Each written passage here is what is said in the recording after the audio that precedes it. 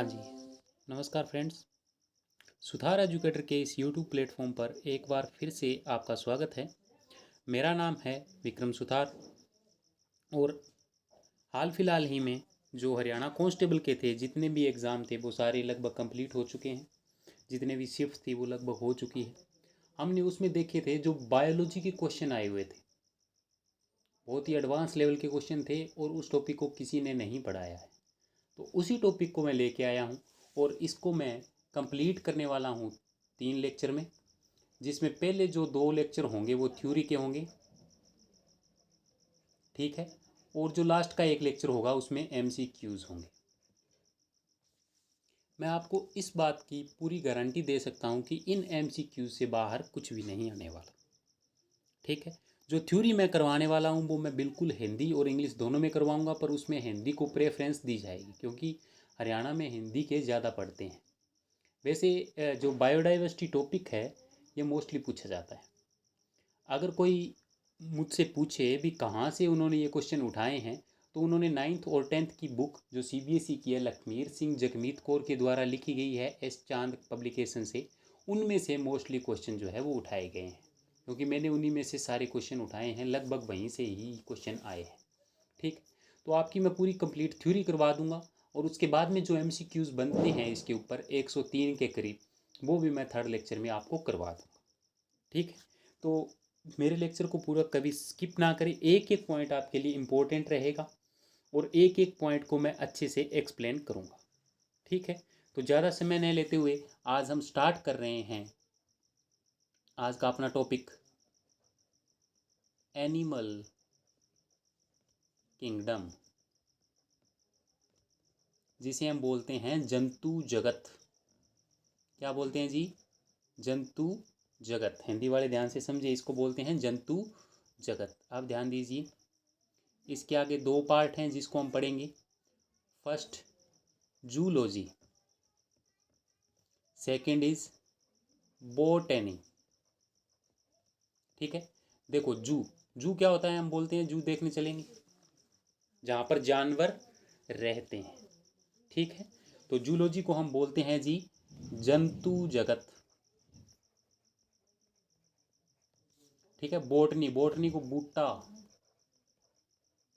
जिसे हम बोलते हैं वृक्ष, ठीक है, इसको हम बोलते हैं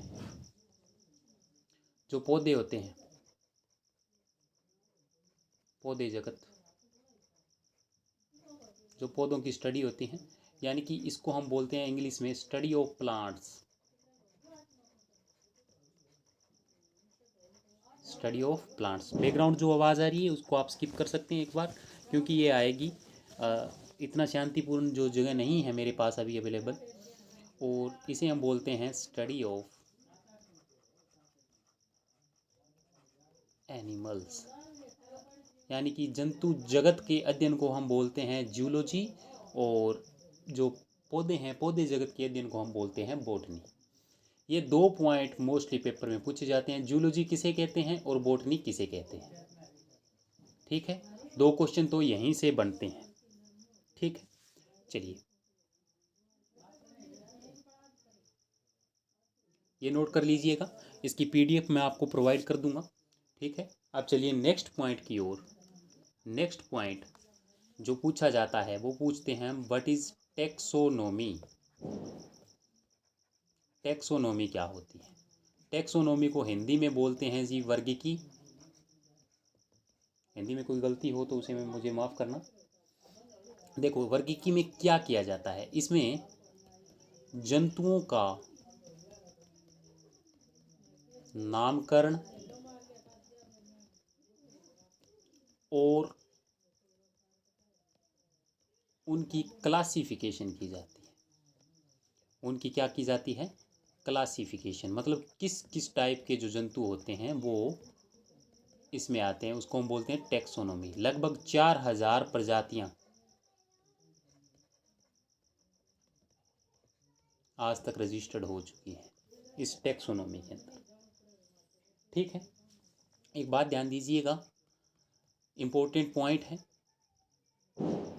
1735 ईस्वी में एक बुक लिखी गई थी जिसका नाम था सिस्टिमा नेचुरी।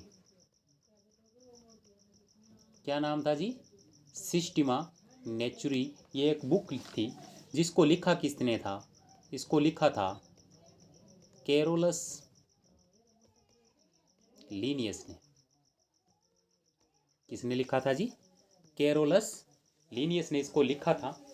और इसी कैरोलस लीनियस को बोलते हैं फादर ऑफ टैक्सोनॉमी, यानी कि वर्गीकी का पितामह। वर्गीकी का पितामह। वर्गीकी का पितामह किसे बोलते हैं जी? कैरोलस लीनियस को। ये दूसरा सबसे इम्पोर्टेंट क्वेश्चन बनता है। 4 क्वेश्चन हो गए। जूलॉजी किसे कहते हैं, बॉटनी किसे कहते हैं, टैक्सोनॉमी किसे कहते हैं, सिस्टिमा नेचुरी किसने लिखी थी, और कैरोलस लीनियस को फादर ऑफ टैक्सोनॉमी कहते हैं। एक ये क्वेश्चन बनते हैं और कई बार ये इसका जो इतना इम्पोर्टेंट नहीं है पर फिर भी इसको याद रखें। 1735 ईस्वी में ये बुक लिखी गई थी। आप इसको भी याद रखेंगे। चलिए जी, अब चलते हैं हम नेक्स्ट। जो हमारी जियोलॉजी है इसके 2 पार्ट हैं, यानी कि जंतु जगत जिसे हम प्राणी बोलते हैं। यानी कि जो प्राणी हैं वो 2 प्रकार के होते हैं। प्राणी कितने प्रकार के होते हैं जी? 2 प्रकार के। ध्यान दीजिएगा कौन से। एक है यूनी सेलुलर, जिसे हम बोलते हैं एक कोशीय जीव। एक कोशीय जीव। सेकंड इज मल्टी सेलुलर, जिसे हम बोलते हैं जी बहुकोशीय जीव। हिंदी में अगर कहीं गलती हो तो मुझे माफ़ कीजिएगा। बहुकोशीय जीव।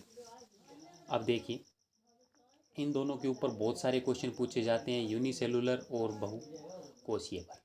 पहले हम एक कोशीय, एक कोशिका से बने होते हैं। ये सिंगल कोशिका से, एक कोशिका से बने हुए।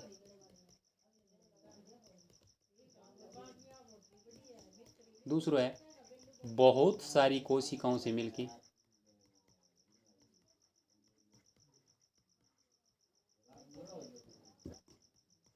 कोशिकाओं से मिलकर बने होते हैं।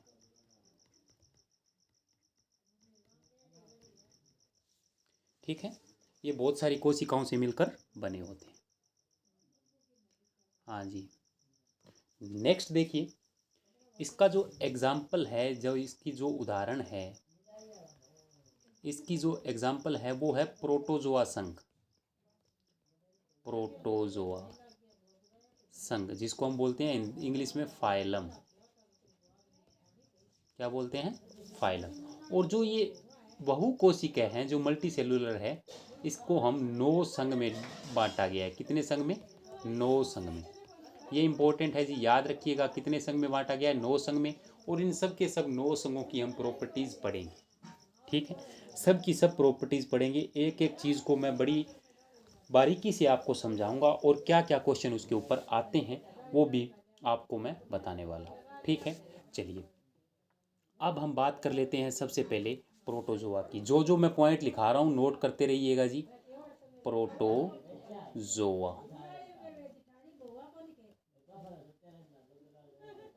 प्रोटोजोआ के ऊपर। ठीक है, चलिए प्रोटोजोआ का सबसे पहले आप एक पॉइंट नोट कीजिएगा। इस शब्द का सबसे पहले प्रयोग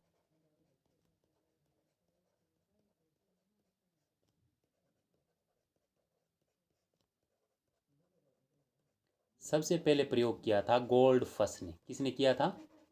गोल्डफस। डायरेक्ट क्वेश्चन पेपर में पूछा जाता है और मोस्ट इंपॉर्टेंट पॉइंट है, एक बात ये याद रखिएगा। दूसरा पॉइंट, ये बहुत ही साधारण जीव होते हैं, बहुत ही साधारण जीव हैं। तीसरा पॉइंट ये क्या कह रहा है? ये बहुत ही सूक्ष्म जीव होते हैं, बहुत ही सूक्ष्म जीव होते हैं। चौथा पॉइंट, जो सबसे इम्पोर्टेंट पॉइंट है इसमें, उसके ऊपर 3 स्टार मैं लगा रहा हूँ, आप उन्हीं को ज़्यादातर याद रखिएगा। क्या है? इनमें कोई भी उत्तक और अंग नहीं होता।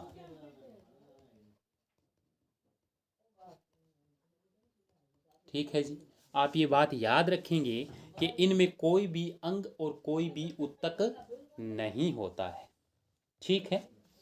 अब जो इसका क्वेश्चन, जहाँ से एक और क्वेश्चन बनता है और मोस्टली पूछा जाता है, ज़्यादातर जो पूछा जाता है, इस पे 5 स्टार लगा दीजिए।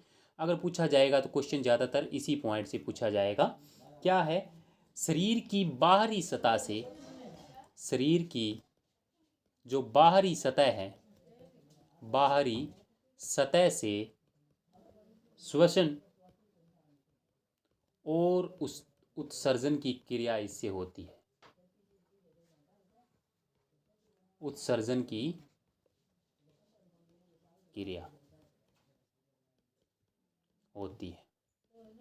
ठीक है। इसमें मतलब जो रेस्पिरेशन और एक्सक्रीशन जो होता है वो शरीर की बाहरी सतह से ही होता है, और ये सिंगल सेल यानी कि एक ही कोशीय जीव होते हैं। ये बात आप याद रखेंगे। ठीक है, इतना आप याद रखेंगे। और उसके बाद में जो सबसे इम्पोर्टेंट पॉइंट्स इसके अंदर आते हैं वो मैं आपको नोट करवा रहा हूँ। हाँ जी जनाब, देखिए, अब हम इसकी जो उदाहरण है वो बहुत ज़्यादा इम्पोर्टेंट है, वो हम करने वाले हैं, याद रखिएगा।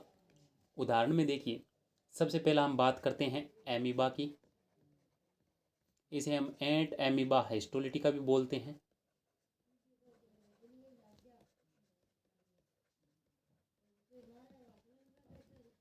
ठीक है जी, एंट अमीबा हिस्टोलिटिका। दूसरी एग्जाम्पल इसकी है वो है जी युगलिना। ठीक है, और इसी युगलिना को हम बोलते हैं ग्रीन प्रोटोजोआ। क्या बोलते हैं जी? Green protozoa. Direct question paper में पूछा गया है, which of the following is called green protozoa. नीचे निम्नलिखित में से किसको ग्रीन प्रोटोजोआ के नाम से जाना जाता है? ये सबसे इंपॉर्टेंट क्वेश्चन है इसका, युगलिना। और तीसरा क्वेश्चन, तीसरी इसकी एग्जांपल है पैरामीशियम। कौन सा जी? पैरामीशियम। और इसी पैरामीशियम को हम चप्पल जंतु के नाम से जाना जाता है, चंपल जंतु। अब देखिए, एक काम कीजिएगा, अमीबा लिखिएगा, इसकी फ़ोटो चेक करिएगा। युगलिना लिखिएगा, इसकी फ़ोटो चेक करिएगा। और पैरामीशियम लिखिएगा, इसकी फ़ोटो चेक करिएगा अपने गूगल के ऊपर सर्च कर कर, ताकि आपको ये सारे के सारे नाम याद हो जाए। ठीक है, चलिए नेक्स्ट। और सबसे इम्पोर्टेंट इसमें जो क्वेश्चन बनता है वो बनता है इसकी लास्ट एग्जाम्पल, जिसको 5 स्टार इसके ऊपर लगा लीजिए, और अगली बार क्वेश्चन पूछा जाएगा तो ये पूछा जाता है।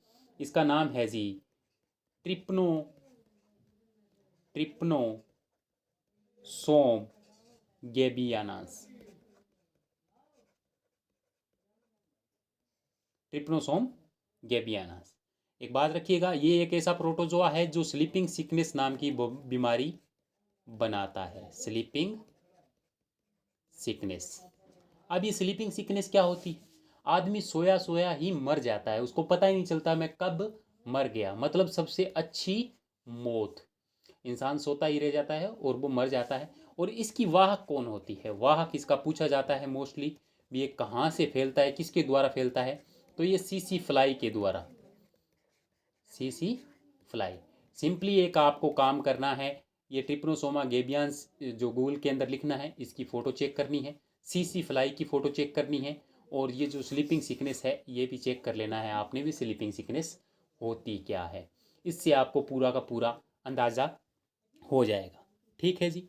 और यहाँ पर अपना जो ये प्रोटोजोआ संघ है ये पूरा का पूरा ख़त्म होता है। जितने भी इम्पोर्टेंट पॉइंट्स और क्वेश्चन इसमें बनते थे मैंने उनको कवर करवा दिए। ठीक है, चलिए अब हम जंतु जगत जो है उसके जो 9 संघ हैं, 9 फाइलम हैं, उनमें से सबसे पहले फाइलम की बात हम करते हैं जिसका फर्स्ट फाइलम जिसका नाम है जी पोरीफेरा। क्या है नाम जी? पोरीफेरा। पोरीफेरा। पोरीफेरा। हाँ जी, एक यहाँ पे पॉइंट एक रह गया था, इसको याद रखिएगा। सबसे बड़ा एक क्वेश्चन जो पूछा जाता है, इसको मैं बता रहा हूँ। सबसे बड़ा एक कोशीय जीव, एक कोशीय जीव, इसका जी नाम है एसिटोबुलेरिया। क्या नाम है जी? हाँ जी जनाब। सबसे बड़ा एक कोशीय जीव, क्या नाम बताया था मैंने आपको इसका? इसका नाम है जी एसिटोबुलेरिया। एसिटोबुलेरिया। याद रखिएगा जी, जब भी एसिटोबुलेरिया जहाँ पर भी लिखा है, याद रखिएगा सबसे बड़ा एक कोशीय जीव कौन सा है? एसिटोबुलेरिया सबसे बड़ा एक कोशीय जीव है। अब बात करते हैं जी हम पोरीफेरा के बारे में। पोरीफेरा के बारे में जितने भी इम्पोर्टेंट पॉइंट है ये देख लीजिए। सबसे पहला पॉइंट, साधारण बहुकोशीय जीव है ये। साधारण बहुकोशीय जीव, हिंदी में गलती मत निकालिएगा, मुझे नहीं निकली आती इतनी अच्छी। बहुकोशीय जीव। दूसरा पॉइंट, इंपॉर्टेंट पॉइंट है, इतना इंपॉर्टेंट नहीं है, ये खारे पानी के जीव होते हैं। खारे पानी के जीव। थर्ड पॉइंट जी, समुद्री चट्टानों में, समुद्री चट्टानें जो होती है इनके ऊपर ये पाए जाते हैं। समुद्री चट्टानों पर पाए जाते हैं ये। समुद्री चट्टानों पर पाए जाते हैं। ठीक है जी। नेक्स्ट देखिए। हाँ जी, अब देखिए, ये कुछ इस तरह के समुद्री जीव होते हैं, ठीक है, और इनके बॉडी के ऊपर इस तरह के छिद्र होते हैं बहुत सारे। एक बात ध्यान दीजिए, ये जो लिखा हुआ है पोरी, पोरी, पोरी बना है पोर शब्द से, और पोर शब्द का अर्थ होता है छिद्र, मतलब जो इसके अंदर सुराख होते हैं छोटे छोटे इस तरह के, ठीक है। और जो ये सुराख होते हैं इनको बोलते हैं जी आस्टिया। क्या बोलते हैं? आस्टिया। ये इंपॉर्टेंट पॉइंट है, ये इंपॉर्टेंट पॉइंट है, इसको याद रखिएगा, ठीक है। इनके अंदर जो छिद्र होते हैं इनको हम आस्टिया बोलते हैं। ये काफ़ी इंपॉर्टेंट पॉइंट है। पोरीफेरा इन छिद्र शब्द से ही बना है। चलिए नेक्स्ट देखिए।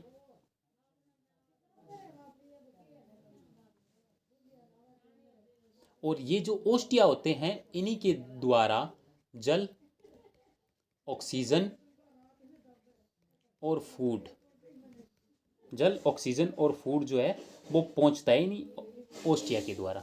एक पॉइंट और ये बात रखिएगा याद, जो इसके अंदर है, इनका जो आकार होता है, आकार इनका अनिश्चित होता है, कोई निश्चित आकार इनका नहीं होता है।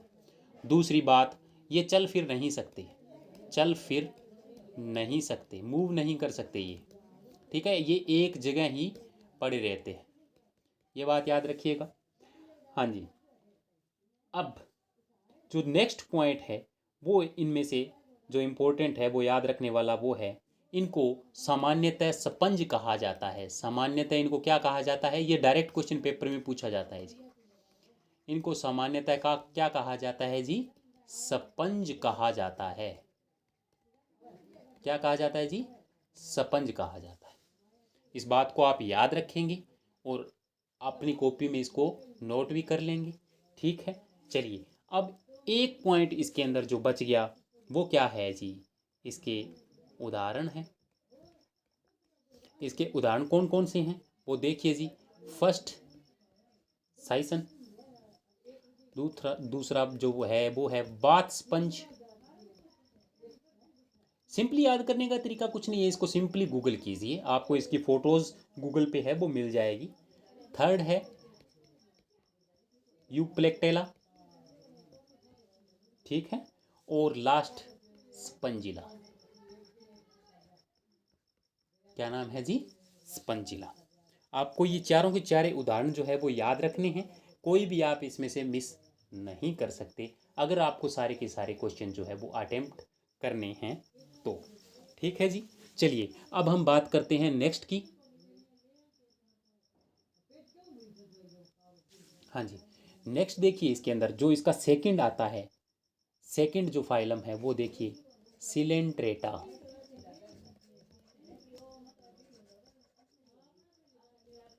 ठीक है, स्पेलिंग चेक कर लीजिएगा, स्पेलिंग की गलती मिस्टेक हो सकती है, पर फिर भी इसका नाम है सिलेंट्रेक्टा और हिंदी में इसको बोलते हैं हम परवाल जंतु।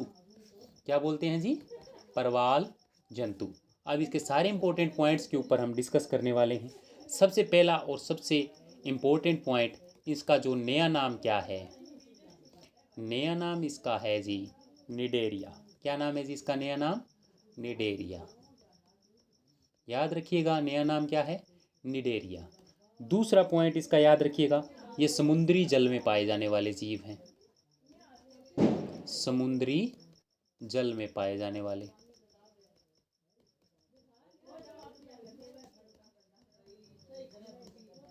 ठीक है जी। नेक्स्ट देखिएगा, नेक्स्ट इनकी जो संरचना होती है वो धागे जैसी होती है, धागे जैसी संरचना होती है इसकी। ठीक है, ये धागे के आकार में इस तरह से एक दूसरे के अंदर गुंजलदार शेप में पाए जाते हैं, ये इस तरह से पड़े रहते हैं एक जगह पे। ठीक है, आप इसको याद रखेंगे। ठीक है जी, इनकी धागे जैसी संरचना होती है और इनमें सबसे इम्पोर्टेंट पॉइंट जो है वो नोट कर लीजिएगा आप। मैं आपको बता देता हूँ, इसी पॉइंट से क्वेश्चन जो है वो पूछा जाना है। इसमें रकत नहीं होता है, इनमें रकत नहीं होता है। ठीक है, अगर इनमें रकत नहीं होता और पर ये रेस्पिरेशन करते हैं, यानी कि श्वसन करते हैं, रकत नहीं होता फिर भी श्वसन करते हैं, श्वसन करते हैं। बहुत ही अजीब पॉइंट आ गया। ठीक है, रकत होता नहीं है फिर भी रेस्पिरेशन करते हैं, ये पॉइंट याद रखिएगा। एक बात और देखिए, अब श्वसन भी कर रहे हैं, रकत है नहीं, श्वसन कर रहे हैं, पर इनमें श्वसन तंत्र नहीं होता, श्वसन तंत्र। उसके बाद में आप बात करें, उत्सर्जन तंत्र भी नहीं होता, और सर्कुलेटरी सिस्टम जिसे हम बोलते हैं परिसंचरण तंत्र भी इसके अंदर नहीं होता है। ठीक है, ये बहुत ही अजीब और खतरनाक किस्म का कंसेप्ट आ गया यहाँ पर। रकत है नहीं फिर भी श्वसन कर रहे हैं, श्वसन कर रहे हैं पर इनमें श्वसन तंत्र भी नहीं है, उत्सर्जन कर रहे हैं और परिसर्जन तंत्र भी नहीं है। कितना अजीब पॉइंट है। इसी तरीके से आपको इसको याद रख सकते हैं क्योंकि ये बिल्कुल ही अजीब पॉइंट है।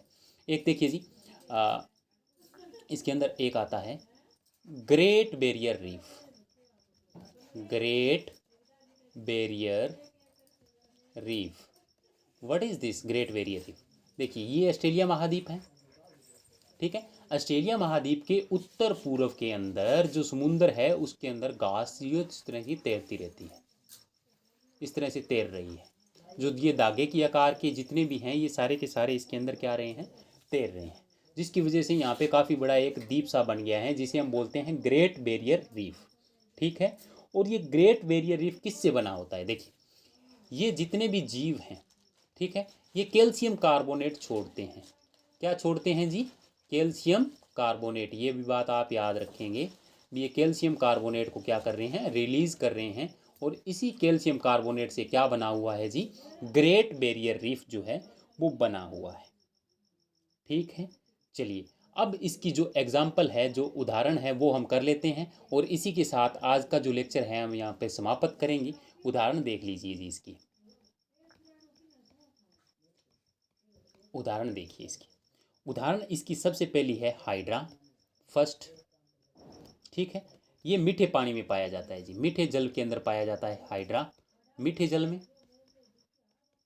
मीठे जल में पाया जाता है हाइड्रा, इसकी एग्जांपल है। दूसरी बात, इसकी जो खोज थी वो किसने की थी? ल्यूनहॉक ने की थी। किसने की थी जी? ल्यूनहॉक, एंटोनी वान ल्यूनहॉक ने इसकी खोज की थी। ये बात भी आप याद रख सकते हैं अगर चाहें तो। दूसरी बात, इसको सेकंड एग्जांपल इसका जो है वो है ओरिलिया। इसका सेकंड एग्जांपल कौन सा है? ओरिलिया, जिसे हम बोलते हैं जेली फिश। बहुत बार पेपर में पूछा गया है कि जेली फिश क्या है, फिश है या फिर, पहली बात तो ये फिश नहीं होती। ओरिलिया क्या है? ये फिश, जेली फिश जो है वो फिश नहीं होती है, इसको फिश की कैटेगरी में नहीं रखा जाता, ये याद रखेंगे। और लास्ट इसका एग्जांपल है जी मूंगा। क्या है इसका एग्जांपल? मूंगा, जिसे हम बोलते हैं कोराल। क्या बोलते हैं जी? कोराल। आज के लिए इतना ही हम करेंगे, बाकी जो साथ के साथ हैं वो नेक्स्ट लेक्चर में, और जितने भी इनके जो MCQs बनेंगे वो लास्ट लेक्चर में। अगर इनका PDF आपको चाहिए तो आप मेरे टेलीग्राम चैनल को ज्वाइन कर सकते हैं, जिसका नाम है जी सुथार एजुकेटर, बड़े के अंदर सुथार एजुकेटर इस नाम से है। इसके अंदर आपको सारी की सारी PDF जो है वो प्रोवाइड हो जाएगी। अगर आपको मेरी मेहनत पसंद आ रही है तो मेरे चैनल को सब्सक्राइब करें, शेयर करें और मुझे कमेंट करके बताएं कि मेरा कंटेंट जो है आपको कैसा लग रहा है और मेरा पढ़ाने का तरीका कैसा है। ठीक है, आज के लिए इतना ही। Thank you.